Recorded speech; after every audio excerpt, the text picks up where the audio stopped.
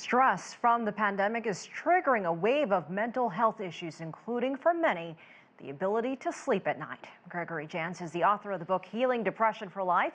His work focuses on behavioral disorders and addictions. He joins us now from Seattle. So, Dr. Jantz, I can include myself in that category. A lot of people have been having problems falling asleep at night since this pandemic started, or using sleep aids like melatonin or stronger items. So, what's behind this, and how do we get rid or work through the stress to be able to sleep through the night? Oh my goodness, we're at a place of emotional saturation. We've had enough. And so some folks, their body is waking them up even during the night in a sweat. It's like they're having a panic attack.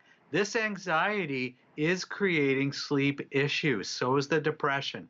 So one of the things is we got to clean up our sleep hygiene. We got to get into a healthier, I call it a pre-sleep routine.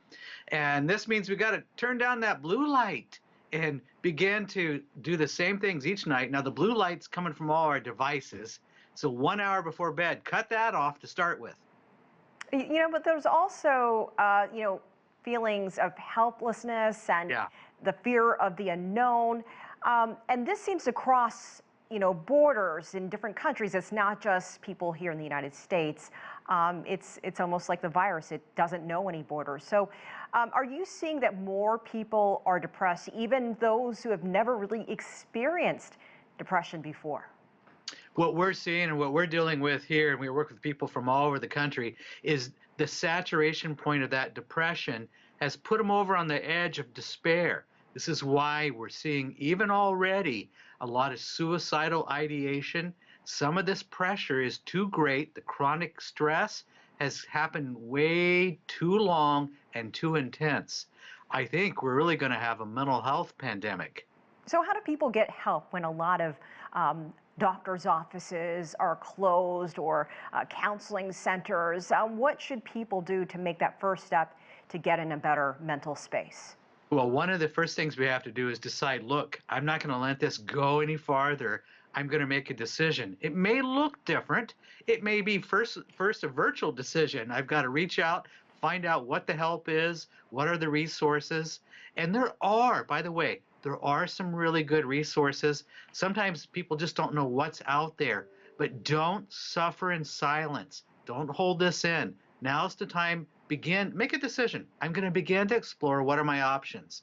The options could be virtual, and the options may be at some point I may need to get some more intense help. Dr. Jantz, I also have to ask you about dreams and crazy dreams people are having at night. It's been quite the topic of discussion. Friends of mine, and you hear it all over the news, they're having the same kind of dreams of being chased or running away from something. What is that saying? What does that mean, and what is our mind telling us? Yes, our mind needs a break. And part of that is we need to escape. The pressure's been so great, it's as though we're trying to run away from this, or something's after us we've got to get away from. In some ways, we may tend to dream about things that we fear happening. And so when there's no let up of the pressure, we may kind of work that out in our dreams. Look and see what's the things you're putting in your mind before you go to sleep.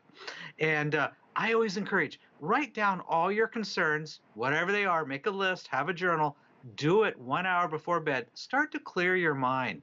You'll watch even what could happen even in some of our dream states. All right, Dr. Gregory Jantz, great information. Thank you so much for joining us from Seattle. Good to be with you.